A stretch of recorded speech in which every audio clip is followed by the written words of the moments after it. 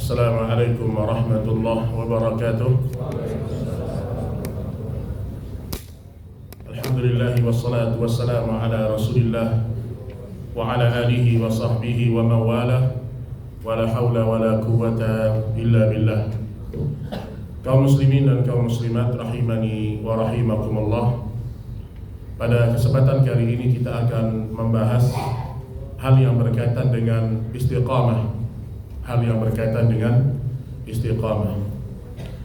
Kita menyadari bahwasanya setiap kita sebagai seorang muslim terkadang semangat, terkadang kurang semangat. Terkadang kita hidup di atas ketaatan kepada Allah, dan terkadang kita terjatuh kepada dosa dan maksiat yang sama. Namun dalam agama ini Allah telah meletakkan batasan-batasan minim. Artinya selemah-lemahnya seorang hamba dalam beribadah, maka jangan dia sampai kepada beberapa hal yang dimurkai oleh Allah Subhanahu wa taala.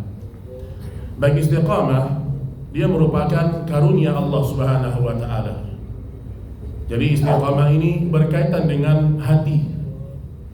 Makanya Allah Subhanahu wa taala sebutkan dalam surah Fussilat ayat ke-30, Innal ladzina qalu rabbuna Allah thumma istaqamu tatanazzalu alaihimul malaikah alla takhafu wa la tahzanu wa abshiru bil jannati allati kuntum tu'adun. Allah Subhanahu wa taala mengatakan, sesungguhnya orang-orang yang mengatakan Rabbuna Allah, Rabb kami adalah Allah. Perhatikan teman-teman, Bapak Ibu sekalian, Allah yang kita sembah di bulan Sya'ban, bulan lalu, adalah Allah yang kita sembah di bulan Ramadan. Allah yang kita sembah di bulan Ramadan, dialah Allah yang kita sembah di bulan Syawal. Jadi maksud saya, kalau kita sedang berada di atas ketaatan di bulan ini, maka dipertahankan, maka dipertahankan untuk bisa istiqamah berjamaah di masjid, untuk bisa istiqamah membaca Al-Quran. Maka Allah sebutkan Rabbuna Allah, Rabbnya orang-orang beriman adalah Allah. Tatanazzalu alaihimul malaikah, orang-orang yang punya pendirian keistiqamahan di atas agama, maka malaikat akan turun kepada mereka, kemudian mengatakan ala takhafu wa la tahzanu. Wahai orang-orang yang istiqamah, jangan takut dan jangan sedih. Wa abshiru bil jannati allati kuntum tu'adun. Dan sesungguhnya bergembiralah kalian semuanya dengan surga yang telah dijanjikan oleh Allah Subhanahu wa taala. Dalam ayat yang mulia ini, yang dimaksud dengan istiqamah ada tiga pendapat. Ada tiga pendapat yang dimaksud dengan istiqamah dalam ayat ini. Yang pertama, istiqamatu 'alal iman wa tauhid. Seorang harus istiqamah di atas iman dan di atas tauhid. Ini dia penafsirannya Abu Bakar dan Mujahid rahimahullahu ta'ala.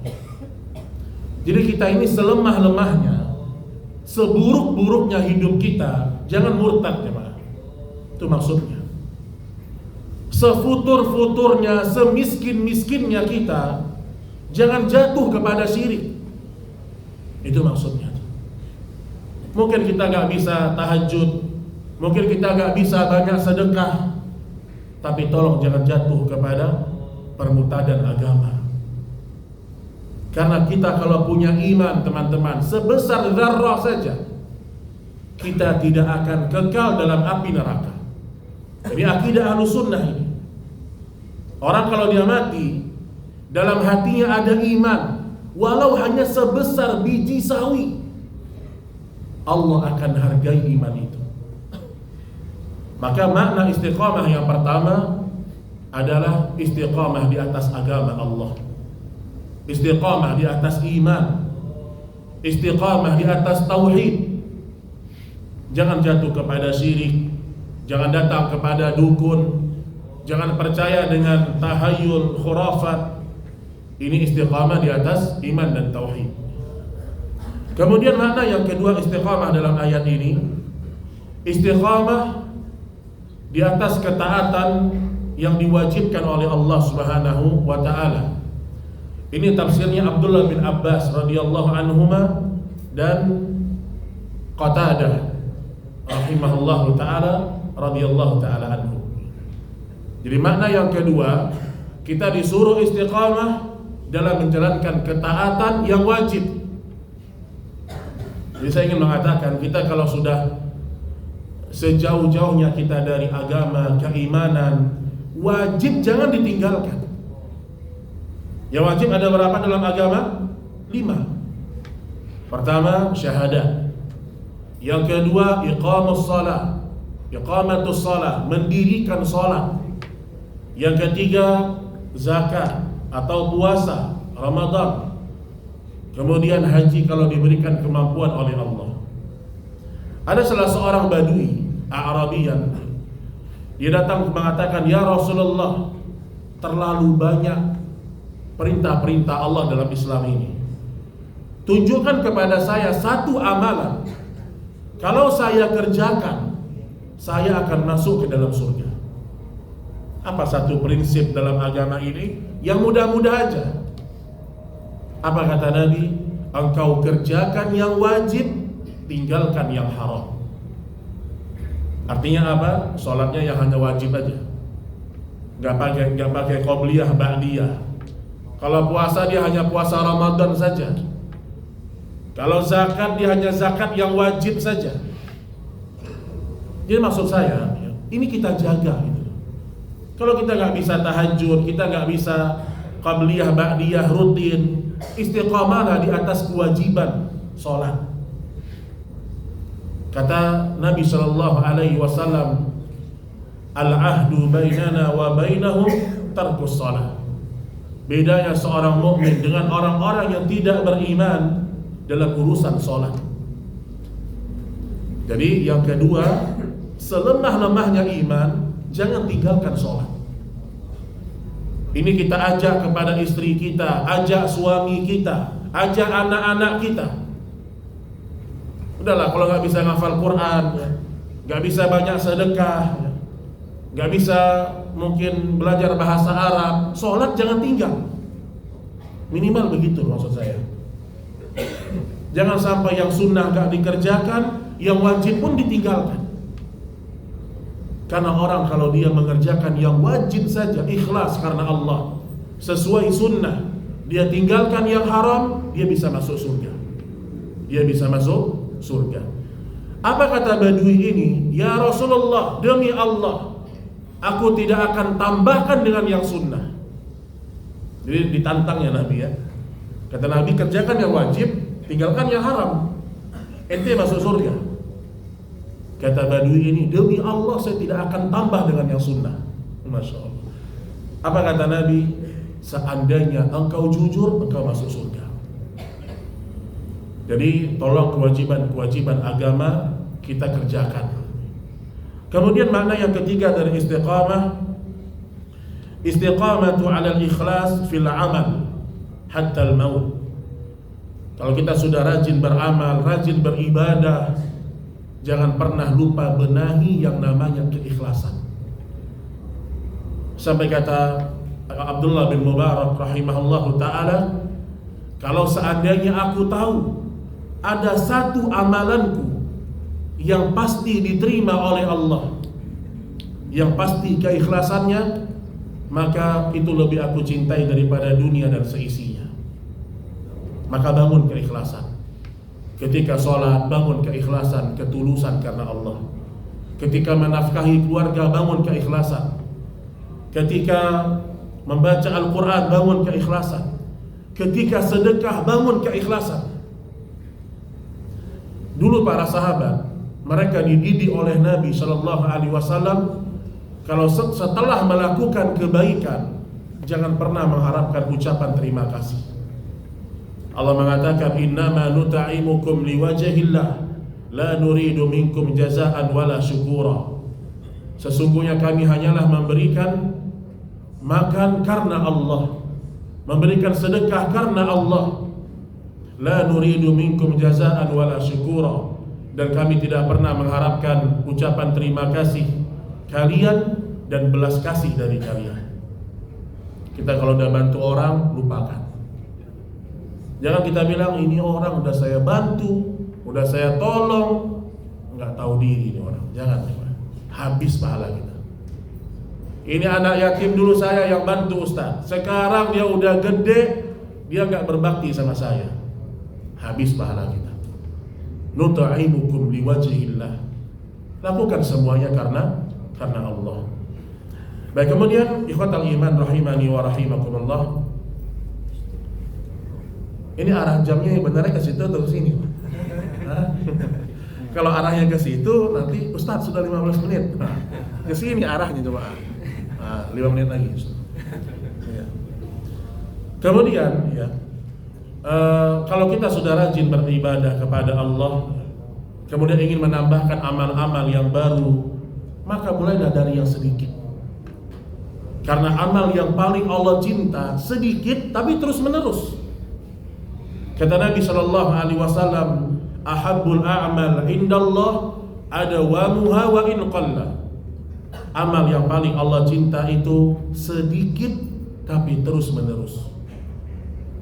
Biarlah sedekah sehari 5.000 tapi rutin.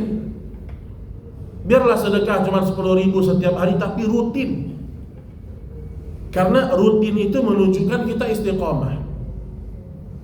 Biarlah kita memberikan makan kepada orang, misalnya seminggu sekali kita punya proyek akhirat dengan istri kita. Mungkin setiap hari apa cari waktu khusus, kemudian beli berapa nasi bungkus bagi-bagi dengan orang-orang fakir. Biarlah harganya cuma 15.000 tapi layak untuk dimakan, tapi istiqomah. Biarlah seorang itu dia sholat tahajud misalnya, mungkin dia hanya bisa, kita nggak bicara Ramadan, kita bicara hari-hari biasa misalnya, seorang hanya bisa 2 rakaat, 4 rakaat, setengah jam sebelum subuh, tapi istiqomah. Biarlah seorang kalau ingin dia menghafal Quran, mungkin dia hafal 1 hari 1 ayat, atau seminggu 2 ayat, yang penting rutin. Yang penting rutin. Itu lebih dicintai oleh Allah daripada amal yang banyak kemudian tidak pernah lagi mengerjakan. Maka bangun semua ketaatan kita kepada Allah Subhanahu wa taala dengan amal yang sedikit tapi terus menerus. Rutin ya. Rutinkan telepon orang tua walaupun cuma sebentar. Kalau bisa setiap hari telepon ayah, telepon ibu, silaturahim walaupun cuma sebentar. Tapi rutin. Rutinkan telepon paman, telepon bibi, telepon abang kita, telepon adik kita, rutinkan silaturahim. Dan orang kalau rajin silaturahim jamaah dan dia istiqamah, Allah akan berkahi umur dan hartanya. Saya tutup dengan satu kalimat dari Abdullah bin Mubarak tentang efek dari sebuah dosa. Bapak Ibu sekalian, kalau kita belum nikah, ini kan rata-rata pada nikah semua insya Allah. Yang jomblo kan nggak ada. Jomblowati banyak kan? Kita kalau belum nikah, kita melakukan dosa, itu efeknya ke kita. Kita belum nikah nih, belum punya anak, belum punya istri, melakukan maksiat, efeknya ke kita. Kalau kita sudah menikah, jangan egois. Karena kalau seorang ayah, seorang ibu melakukan sebuah dosa, efeknya bisa kepada anak dan istri. Contoh kata para ulama, kalau ada seorang suami, dia biasa nonton film yang haram, suka nonton film yang haram, film yang dilarang oleh Allah. Jangan dia kaget kalau suatu saat istrinya melakukan hal yang sama. Jangan dia kaget kalau suatu saat anaknya melakukan hal yang sama. Ambil dalam semua contoh dosa-dosa dan maksiat. Karena dosa yang dikerjakan seorang hamba itu berefek kepada orang-orang di sekitarnya. Efeknya itu ada ya. Walaupun tidak mutlak ya. Sampai kata Sufyan Ats-Tsauri, saya kalau melakukan dosa, terkadang saya rasakan efeknya pada diri saya, istri saya, dan terkadang kepada kendaraan-kendaraan saya. efek dari sebuah dosa. Wallahu ta'ala a'lam bissawab. Mudah-mudahan kita menjadi hamba-hamba Allah yang senantiasa istiqamah, terutama di perkara-perkara yang diwajibkan oleh Allah. Dan semoga Ramadan kita ini menjadi sebab Allah mengampunkan segala dosa-dosa kita, sehingga berlalunya Ramadan semoga Allah golongkan kita kepada orang-orang yang dibebaskan dari siksa api neraka. Allahumma amin. Wa sallallahu ala nabiyyina Muhammad. Subhanakallahumma wa bihamdik, asyhadu an la ilaha illa anta, astaghfiruka wa atubu ilaik. Assalamualaikum warahmatullahi wabarakatuh.